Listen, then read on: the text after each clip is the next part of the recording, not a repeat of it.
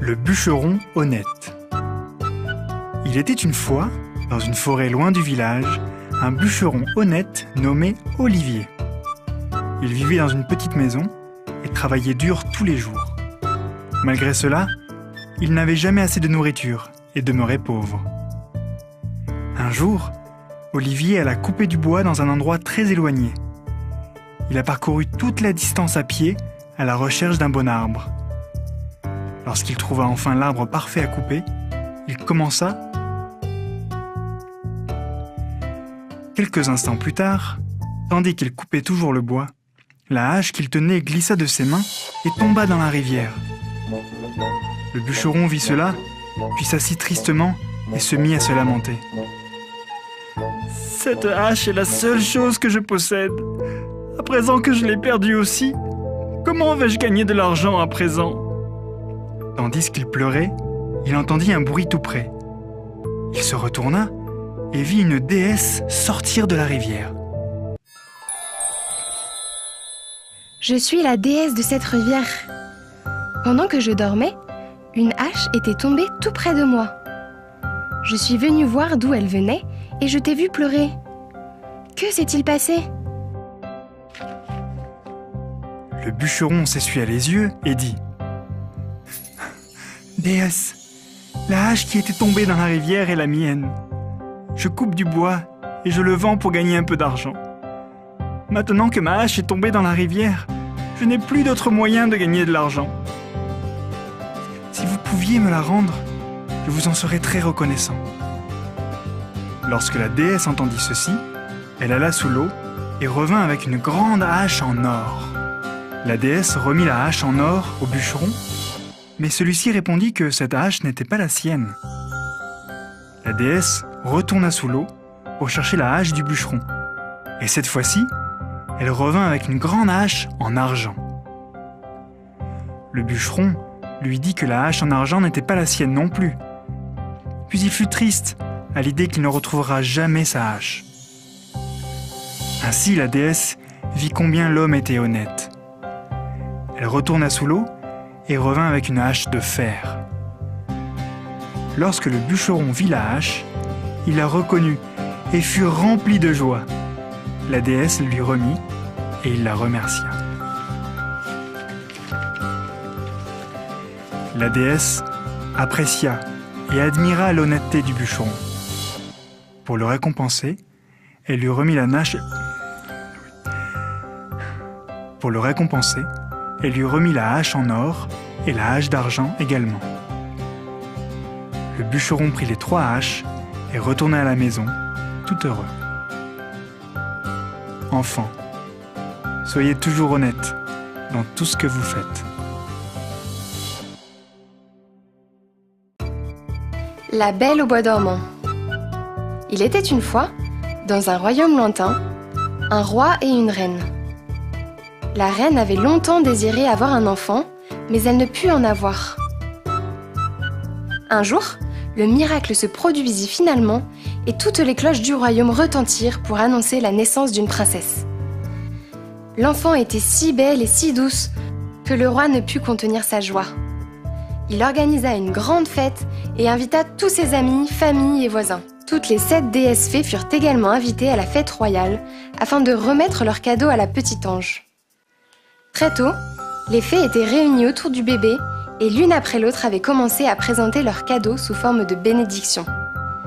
La plus jeune d'entre elles souhaita que la princesse devienne très belle en grandissant. La suivante souhaita que la princesse soit gentille et généreuse. La troisième souhaita que la princesse fasse tout avec grâce.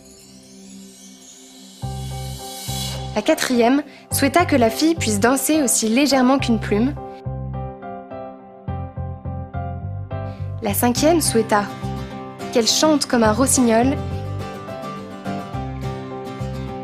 Et la sixième dit qu'elle joue parfaitement tous les instruments de musique. Alors que les invités se réjouissaient, la porte s'ouvrit violemment. C'était une vieille fée bossue portant des haillons noirs. Elle était en colère et voulait montrer son dépit pour n'avoir pas été invitée à la fête. Sans hésitation, elle dit à haute voix : « Lorsqu'elle aura 15 ans, la princesse se piquera le doigt avec le fuseau d'un rouet et tombera morte. » Puis, sans aucun autre mot, elle se retourna et quitta la salle. Tout le monde fut horrifié et la reine s'évanouit. Mais la 7e fée, qui n'avait pas encore formulé son souhait, s'avança calmement. Son pouvoir ne pouvait pas ôter la malédiction, mais elle pouvait la modifier. Ainsi, elle dit : « À présent, votre fille ne mourra pas. Au contraire, elle tombera dans un profond sommeil qui durera 100 ans. » Au fil des années, les promesses des fées se réalisèrent, une à une. La princesse grandissait toute belle, modeste, gentille et intelligente. Toute personne qui la voyait ne pouvait que l'aimer. Le roi et la reine furent déterminés à empêcher que le sort jeté à la princesse par la fée rancunière ne se réalise. Ils ordonnèrent que tous les fuseaux de rouet du royaume soient détruits. Il fut interdit à tous de parler à la princesse du sort qui lui a été jeté, parce qu'ils ne voulaient pas qu'elle soit inquiète ou triste. Dans la matinée de son 15e anniversaire, la princesse se réveilla très tôt, toute excitée d'avoir une année de plus. Elle s'était réveillée si tôt qu'elle se rendit compte que tous les autres étaient encore endormis. La princesse alla de chambre en chambre pour s'occuper, en attendant que le reste du château se réveille. Elle se promena dans tout le palais, regardant dans les chambres et couloirs, et finalement, elle arriva dans une vieille tour. Elle monta les escaliers étroits et aérés, puis atteignit une petite porte. Une clé rouillée était dans la serrure, et lorsqu'elle la retourna, la porte s'ouvrit. Une vieille femme était assise dans une petite pièce avec un fuseau, filant son lin. La vieille dame était si sourde qu'elle n'avait jamais entendu que le roi avait ordonné que tous les fuseaux de rouet soient détruits. « Bonjour, mémé !» dit la princesse. « Que faites-vous ?»« Je file du lin !» répondit la vieille femme. « Quelle est cette chose qui tourne si joyeusement ?» demanda la princesse. Puis, elle prit le fuseau et essaya de filer. Mais à peine avait-elle touché le fuseau qu'il lui piqua le doigt. En ce moment, elle tomba sur le lit tout près et s'endormit profondément. Le roi, la reine et tous les serviteurs avaient tous commencé leur routine matinale et, en plein milieu de leurs tâches, ils se mirent tous à dormir. Les chevaux s'endormirent dans l'écurie, les chiens dans la cour, les pigeons sur le toit et les insectes sur le mur. Même le feu dans le foyer s'éteignit et s'endormit. Une femme de ménage, qui était assise dans la cuisine, avec devant elle une poule prête à déplumer, s'endormit. Le cuisinier réprimandait un des garçons de cuisine pour une bêtise qu'il avait fait, mais tous les deux s'endormirent. Le vent s'endormit et, devant le château, aucune feuille des arbres ne bougeait. Autour du château, une haie de roses commença à pousser. Chaque année, elle poussait davantage jusqu'à rendre invisible le château dormant. Il y avait une légende dans le pays concernant la douce belle au bois dormant, tel fut le nom de la fille du roi, et de temps en temps, des princes essayaient de forcer le passage pour rentrer dans le château. Mais c'était impossible, parce que les épines les attrapaient et les empêchaient de passer. Plusieurs années plus tard, un prince vint dans le pays et écouta un vieux raconter l'histoire du château derrière la barrière d'épines et la belle princesse qui s'était endormie depuis 100 ans.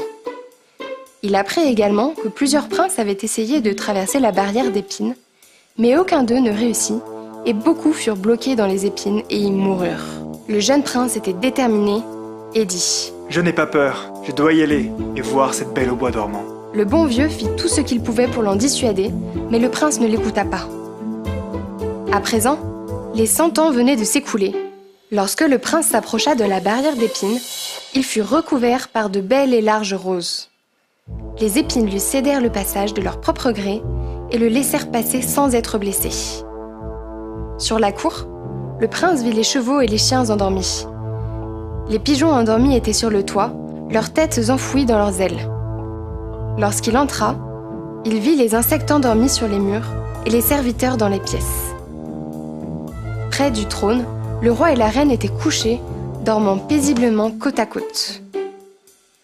Dans la cuisine, le cuisinier, le garçon de cuisine et la femme de ménage dormaient tous, reposant leurs têtes sur la table. Le prince continua. Tout était si calme qu'il pouvait entendre sa respiration. Finalement, il arriva à la vieille tour et ouvrit la porte de la petite pièce dans laquelle dormait la princesse. Elle était couchée là, si belle qu'il ne put détacher ses yeux d'elle. Il se baissa et toucha les pieds de la princesse. Aussitôt, la Belle au bois dormant ouvrit les yeux, lui sourit, puis dit « Pourquoi as-tu mis autant de temps ? Je t'ai attendu durant des années, mon amour. » Tous les autres habitants du royaume se réveillèrent au même moment. Ils se remirent tous au travail. Le prince et la princesse organisèrent un grand mariage et tout le royaume fut invité. Il y avait assez de nourriture et de boissons pour tout le monde. Le brave prince épousa la belle princesse et ils vécurent heureux tous les deux. Morale, le bien finit toujours par dominer le mal.